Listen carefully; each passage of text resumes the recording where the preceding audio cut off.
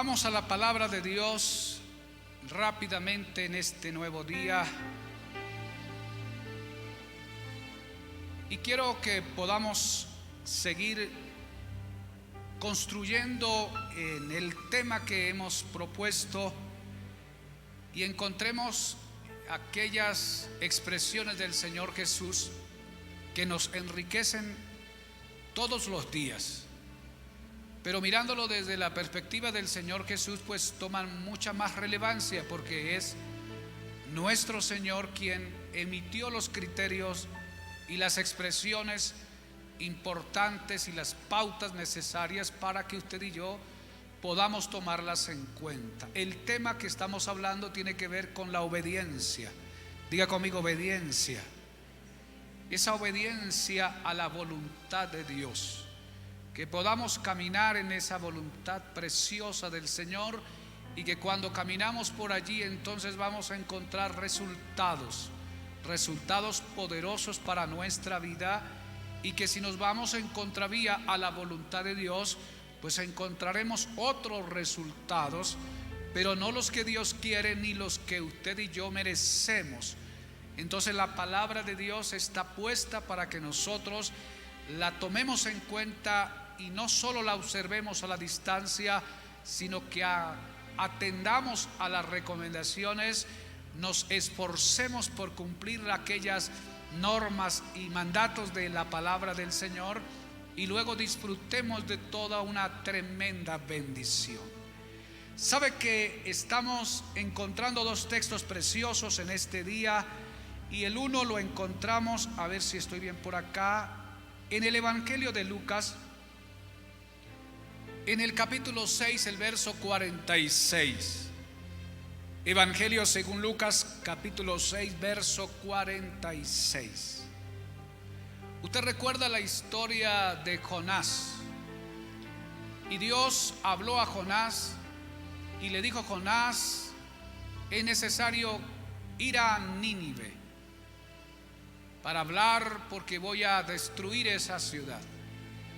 Y cuando Jonás recibió la dirección del Señor, que era la voluntad de Dios, dice la palabra que Jonás, en vez de ir hacia Nínive, se fue, tomó un pasaje, compró un pasaje, montó en una embarcación y se fue para Tarsis.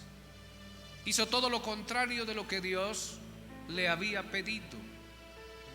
Y la historia de Jonás cuenta que Jonás se subió al barco y arrancó. Y en el camino lo alcanzaron las olas, a él y a todos aquellos que iban con él. Y a tal medida que se dieron cuenta que el resultado que estaba viniendo allí era por causa de la desobediencia de Jonás. Y para poder salvar a aquellos, dice que se tuvieron que deshacer de Jonás echándolo al mar. Y en el mar lo encontró un pez, y se lo comió el pez. Y cuando estaba por allá en el vientre del pez, usted acordará que Jonás se acordó de Dios y oró, y el pez lo vomitó en la playa, y de ahí para seguir en dirección hacia donde Dios quería. Así que es mejor obedecer. ¿Cuántos dicen amén a eso? La propuesta es: yo quiero ser más obediente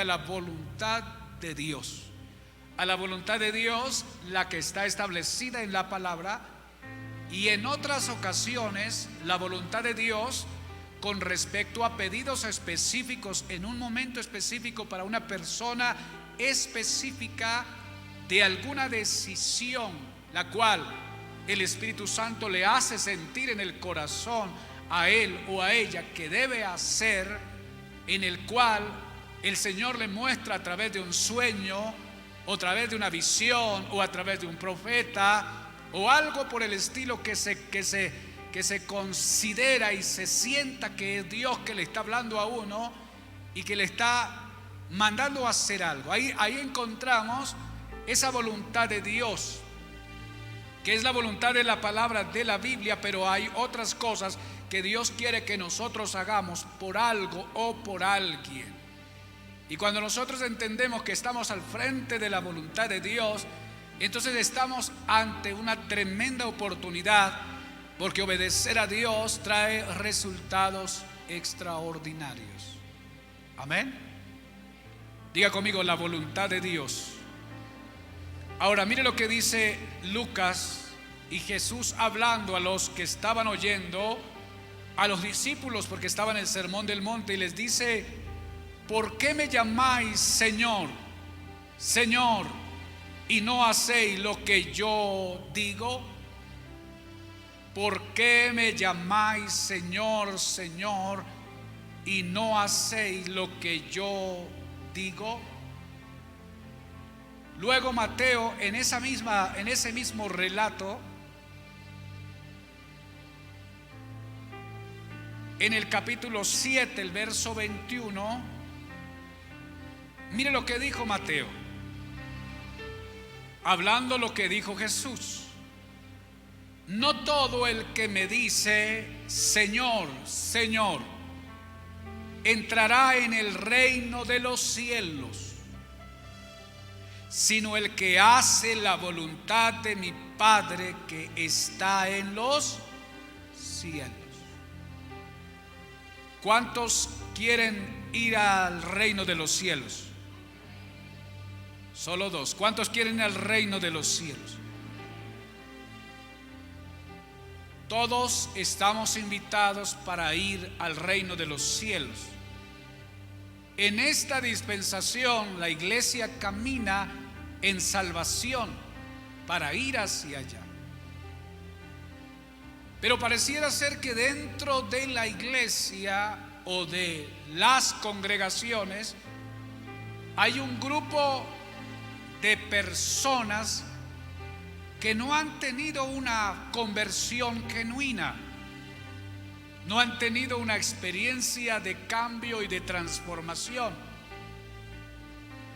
Y por causa de una falta de una fe clara y sincera para con Dios, entonces no pueden obedecer a lo que el Padre estableció. Y entonces la iglesia no se distingue en lo que se dice de Dios, porque muchos pueden hablar del Señor. La iglesia nacida de nuevo y el creyente original se distingue en la obediencia a la voluntad del Señor. ¿Cuántos dicen amén a eso? La obediencia.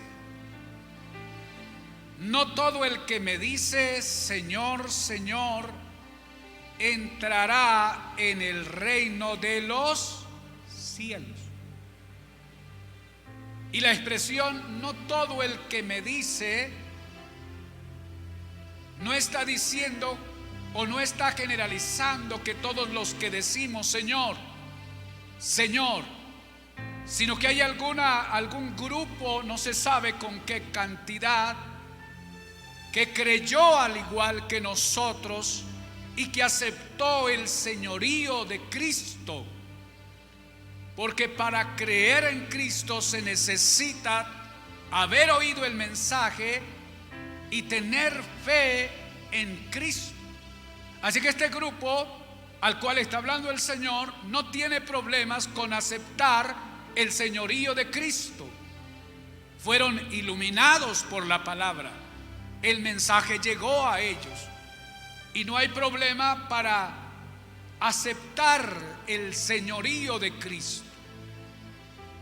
¿Por qué me llamáis Señor, Señor y no hacéis lo que yo os digo?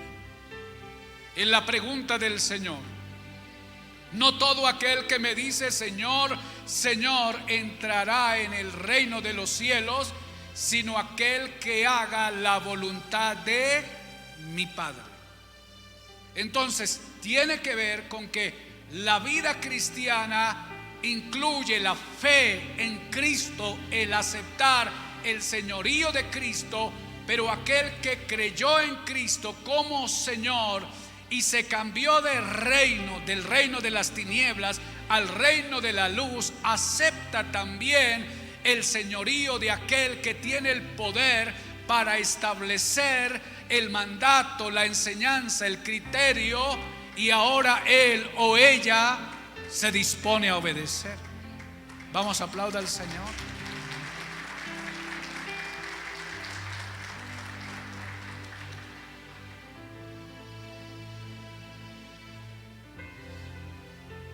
Y luego la Escritura sigue diciendo que en aquel día muchos me dirán en aquel día, Señor, Señor. Quiere decir de que ellos aceptaron el señorío de Cristo y sirvieron en el oficio de Cristo, en la vida ministerial. Dice, muchos me dirán en aquel día, Señor, Señor, ¿no profetizamos en tu nombre y en tu nombre echamos fuera demonios y en tu nombre hicimos muchos milagros?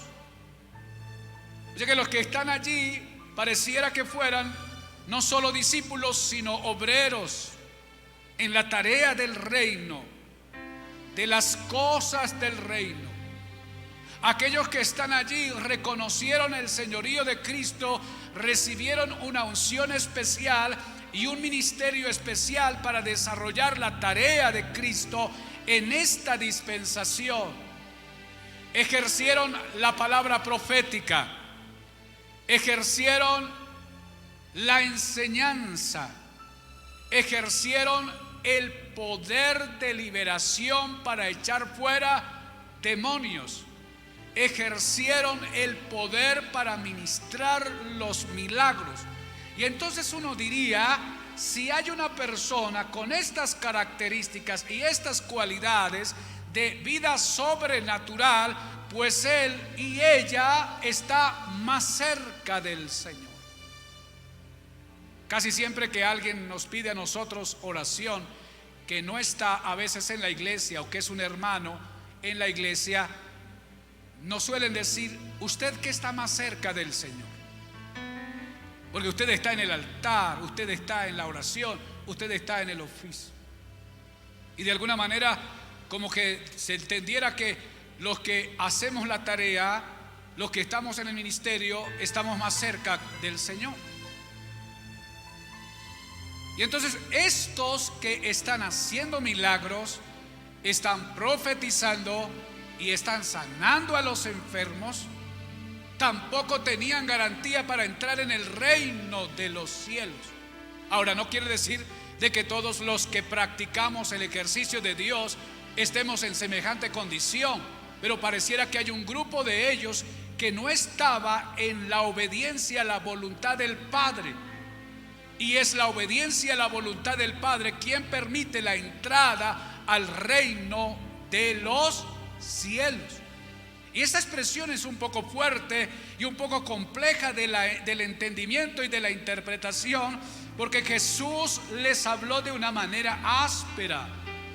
Y entonces les declararé, dice la palabra, nunca os conocí, apartados de mí, hacedores de maldad. Hacedores de maldad. Y antes de esta expresión el Señor está hablando del fruto. Y el Señor está hablando, dice, por sus frutos los conoceréis. ¿Y cuáles son los frutos? El fruto de la obediencia a la palabra del Señor. Quiere decir que un hombre que esté con algún ministerio ungido con el poder para sanar y para liberar y para profetizar, lo puede hacer. El ministerio y los dones son irrevocables y están en la vida de las personas, de los hombres o mujeres que en algún momento Dios les extendió la merced para hacer una tarea. Y puede ser que aquel o aquella esté fuera de la línea de la voluntad de Dios y aún la unción siga funcionando. Entonces la iglesia y nuestra vida debe tener nuestros sentidos espirituales abiertos para poder discernir completamente la voluntad de Dios y aquellos que vivimos en esa voluntad. Porque es aquí donde se permite entonces que la gente pueda ser engañada, donde se levantan los hombres que son lobos rapaces, vestidos de oveja pero por dentro son lobos. Y hay en todas las generaciones y a través de todo el dispensar de la vida de la iglesia han habido y están allí. Entonces a ese grupo el Señor en aquel momento dado les dirá: ustedes yo no los conozco, porque ustedes son hacedores de maldad. Y si esto pasa con aquellos que son ungidos y pueden desarrollar una vida ministerial, entonces lo que está diciendo acá es que la única garantía para poder nosotros vivir una vida saludable es la obediencia a Dios. Y todo, el pequeño, el grande, el que recién convertido, el discípulo, el bautizado en agua, el que está ejerciendo el ministerio, todos estamos llamados a obedecer la voluntad de nuestro Padre. La obediencia.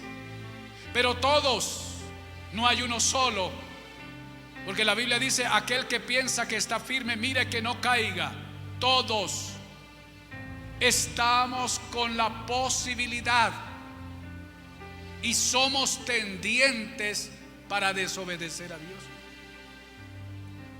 Y entonces ahí es donde está la briega de la vida cristiana, la batalla del creyente, el esfuerzo del creyente, la sumisión del creyente, la consideración del creyente al amor del Padre y su fe verdadera ante lo que el Padre estableció, su obediencia y la mía.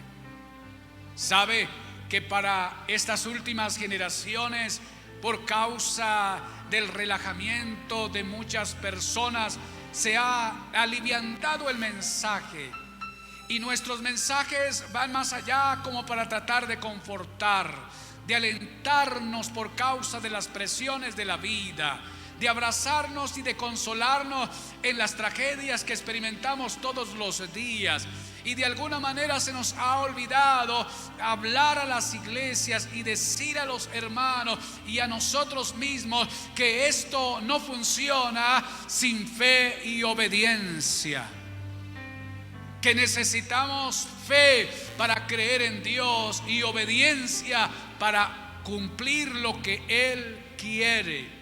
Necesitamos una generación que se levante defensora de los principios de Dios y practicante de los principios de Dios en esta generación. Que levantemos la bandera de la obediencia a la palabra y al criterio de Dios, y que la obediencia conforme a lo que está establecido en la palabra traerá para nosotros grandes resultados que benefician nuestra vida, nuestra casa y hasta 1000 generaciones. ¿Cuántos dicen amén a eso? Vamos, apláudalo. Obediencia. Y entonces la pregunta de Lucas era: ¿por qué ustedes me llaman Señor? Y usted no tiene problemas de adorar a Dios, y puedes cantar a Dios, y puedes estar en el altar, y puedes tocar un instrumento, y puedes estar allá en la casa, y de repente puedes orar, y puedes agradecer a Dios, y de repente puedes de alguna manera servir en alguna cosa dentro del ambiente del ministerio, y no tienes problema de aceptar el señorío, pero quieres que Dios cargue con tus hábitos, quieres que Dios te soporte con tus malas conductas, con aquellas prácticas de la carne que son desechas por causa del criterio de Dios y son desechas porque perjudican nuestra vida y nuestra imagen y el propósito de Dios para nuestra vida. Sabe, hermano, cuánta gente yo conozco, no solo en esta casa, no solo en este lugar, no solo en nuestra vida, sino en el mundo entero. Cuántos aquellos que desatendieron a la recomendación de Dios, se enredaron en el camino y hoy tienen fe en Dios, pero no disfrutan de la vida cristiana porque hay una atadura, una fricción del camino.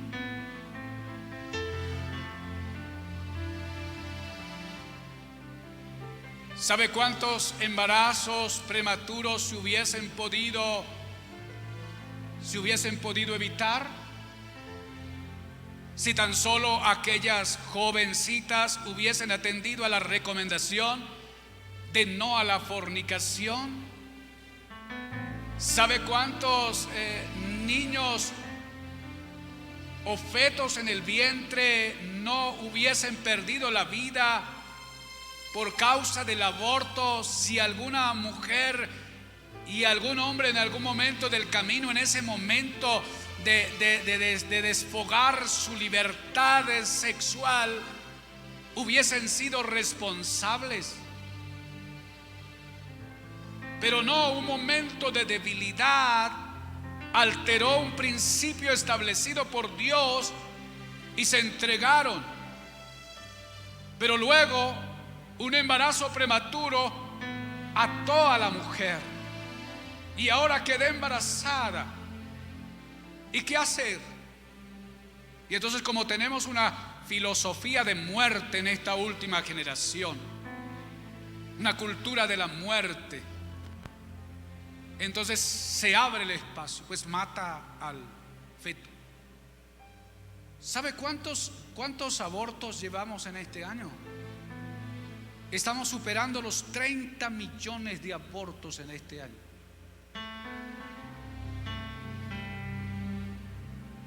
¿Y por qué el aborto? Porque hubo un embarazo prematuro. ¿Y por qué hubo un embarazo prematuro? Porque no se atendió que el sexo era para el matrimonio, para la vida conyugal, y que la filosofía de esta nueva generación es despierta tu vida sexual desde temprana edad, dale libertad a tu vida sexual.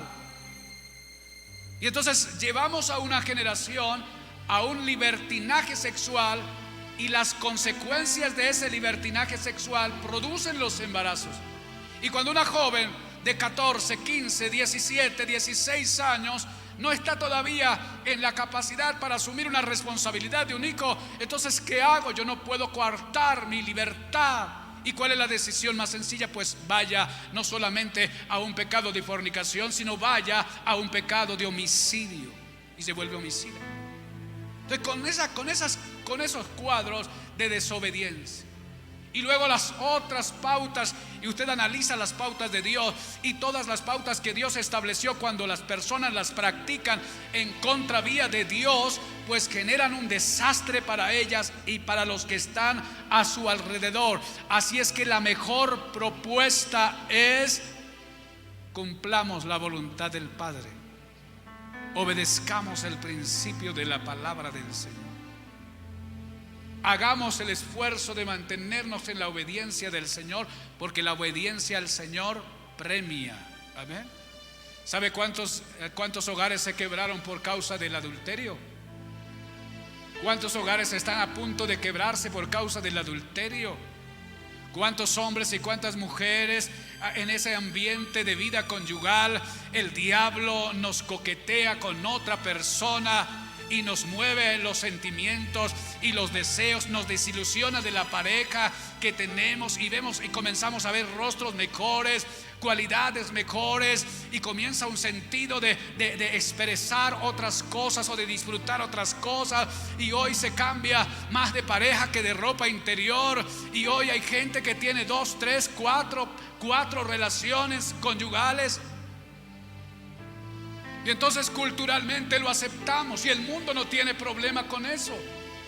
No hay problema para el mundo con eso. ¿Por qué? Porque es una filosofía diabólica, satánica, desviada de la voluntad de Dios. Pero entonces la palabra de Dios se coloca de frente y dice: no al adulterio.